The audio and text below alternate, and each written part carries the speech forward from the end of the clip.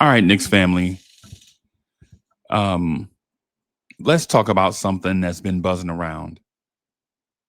The idea of signing Ben Simmons versus just rolling out with guys at the end of the bench. The Deuce McBrides, the area hook porty, the developmental projects, even our G League call ups. Now, look, I love our grinders as much as anybody does. Knicks fans have a soft spot for those stories, me included.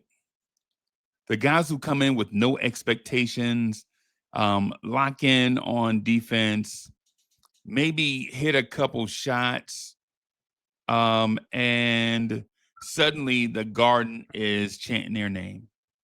That's the culture. That's New York.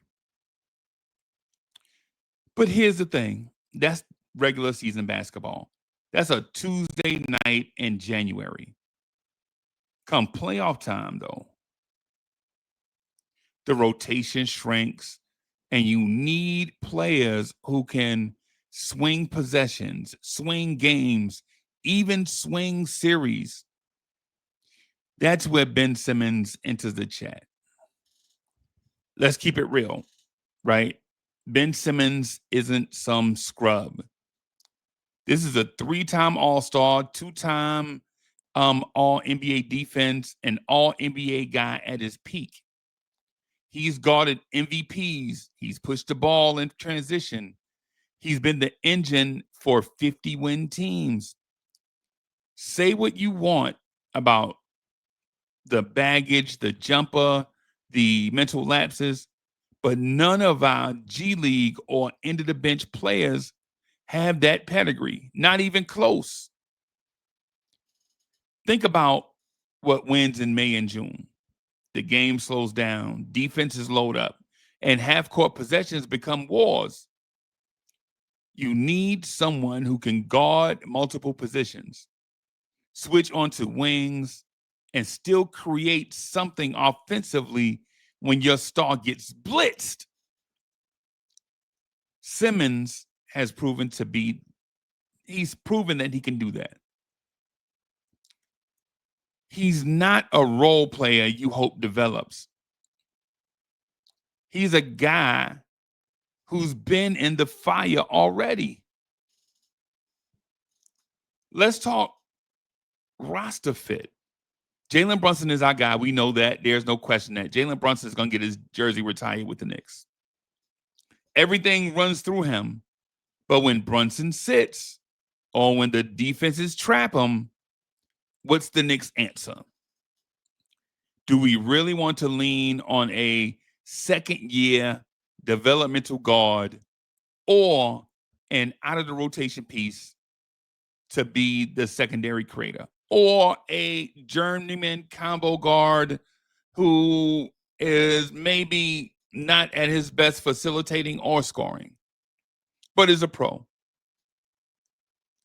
And while that's not fair to those guys, and it's not realistic for a team trying to compete for a championship, Simmons, even if he set 75% of his peak, still gives you size, vision, pace in transition, defense, rebounding, triple threat every night. He gives you something the Knicks don't have. And here's the kicker. At this stage of his career, Ben Simmons isn't going to command some huge, weird contract, some huge deal. He's on the prove it path now. You're not breaking the bank. You're not handcuffing the franchise. You're basically saying, hey, can you give us 20 to 25 good minutes a night and help us win a playoff game or two? That's a gamble worth taking. Because if it flames out, cool, cut bait.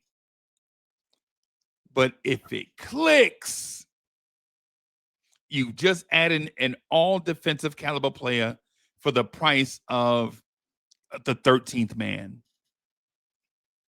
Look,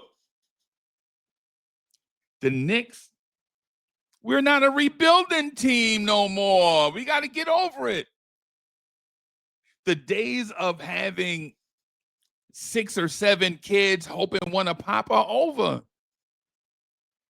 This isn't about collecting prospects and seeing who pops 3 years from now. With Brunson, Bridges, OG, Cat, Brunson, Bridges, OG, Cat, Mitch, Deuce, the window is now.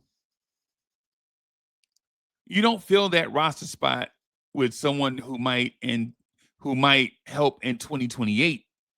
You fill it with someone who might help you in the second round against a tough Detroit team, against a tough Orlando team, against a tough Cleveland team, against a tough Milwaukee team. Out of these kids, who's going to guard Giannis or Paolo or Evan Mobley or any of those guys? Who's going to guard the up-and-comers in Atlanta? Jalen Johnson, Porzingis. Who's going to guard those guys? So when I hear the Knicks fans saying, nah, just give those minutes to, some G Leaguers, I try not to blow a gasket, even though I may blow a gasket. I'm Uncle Freezy. Y'all know I'll blow a gasket. The upside play is Simmons. Nothing against the kids, because if you sign Ben Simmons now and they pop in 2028, we win on both sides. It's win-win. Bottom line, though, end of the bench guys get you through the dog days of the season. Ben Simmons, if he's healthy, engaged, is the type of wild card that can actually change the outcome of a series. We're talking about a guy that can legitimately give you defensive minutes against SGA in the NBA Finals. Is Tyler Kolek going to give you that? That's the difference.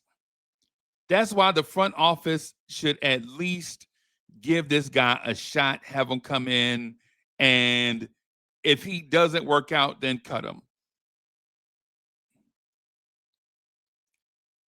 Because in this league, when you're chasing banners, you don't win by playing it safe. You win by taking smart risks. And Ben Simmons right now is exactly that. All right. In addition to, right? If you're a Knicks fan and you think player number 18, 17, 16, 14, 13, 12, and 11 are better than Ben Simmons, if you bring him in for the 15th roster spot, you're bugging. If you think Mo Diawara, Pakem Dadier, Ariel Hukporti, Tyler Kolek, Dink Pate, Kev McCullough, any of these guys are better than Ben Simmons, I question your not your heart. I'm not questioning your basketball heart, because I know you love it, but I'm questioning your basketball knowledge. If you think the three two-ways, right, the second round picks and Pakem Dadier are better than Ben Simmons, I would tell you right now, in a trade for Ben Simmons, whoever had Ben Simmons would take none of that for Ben Simmons right now. Yo, I'm your number one Chief Rock, Uncle Freezy. This is Lawrence Tears. Hit the like button. Subscribe to the channel. Check out the Knicks at Night podcast. Peace, y'all.